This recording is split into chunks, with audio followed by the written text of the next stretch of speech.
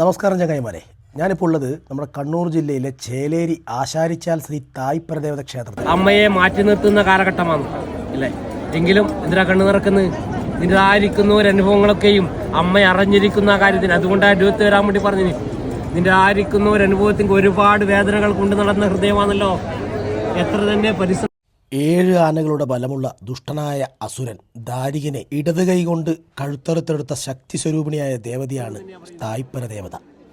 ഈ ഒരു ക്ഷേത്രത്തിലേക്ക് കടന്നു വരുന്ന സമയത്ത് ഒരുപാട് വർഷം പഴക്കമുള്ള ഒരു ആൽമര ഇവിടെ കാണാം. എന്തോ ഒരു പ്രത്യേകത ഈ ഒരു ആൽമരത്തിനുണ്ട് കേട്ടാ. ഇളങ്കോലം തെയ്യം ഇതൊരു കണ്ണിന് വല്ലാത്തൊരു കാഴ്ചയായിരുന്നു കേട്ടാ.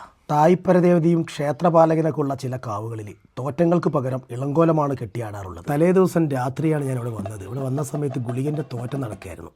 അതേ സമയത്ത് ഇവിടെ വിഷ്ണുമൂർത്തിയുടെ തോറ്റവും കൂടി നടക്കുന്നുണ്ടായിരുന്നു. ഓരോ ക്ഷേത്രങ്ങൾക്കും ഓരോരോ ചടങ്ങുണ്ട്. ഇവിടെ കാഴ്ചവരമായിരുന്നു പിന്നീട് കണ്ടത്. പിറ്റേ ദിവസം രാവിലെ ഇളങ്കോലം തെയ്യം, അത് കഴിഞ്ഞ് ഒരു സൈഡിലായിട്ട് ഗുളികൻ തെയ്യവും മറുവശത്തായിട്ട് വിഷ്ണുമൂർത്തി ഉണ്ടായിരുന്നു. അപ്രതീക്ഷിതമായിട്ടാണ് ഞാൻ ഈ കാവിലെത്തുന്നത് കേട്ടോ. തലേദിവസം രാത്രി നമ്മുടെ റൂബി ചേച്ചി ഒരു മെസ്സേജ് അയച്ചു, നീ തെയ്യത്തിന് വരുന്നു എന്ന് ചോദിച്ചു. അങ്ങനെ അപ്പോൾ ആ ഒരു വിളി കേട്ടപ്പോൾ തന്നെ നേരെ ചേലേരിക്ക് വിട്ടു. അവിടെ എത്തിയപ്പോഴാണ് നമ്മുടെ ശിവദാസേട്ടനെ കാണുന്നത്. സ്നേഹത്തോടെയുള്ള ഒരു സ്വീകരണവും ഈ ഒരു കാവിൻ്റെ ഐതിഹ്യവും കാര്യങ്ങളൊക്കെ പറഞ്ഞു തന്നു. തായ്പരദേവതയെ കണ്ട സന്തോഷത്തിൽ ഞാൻ അവിടുന്ന് മടങ്ങി.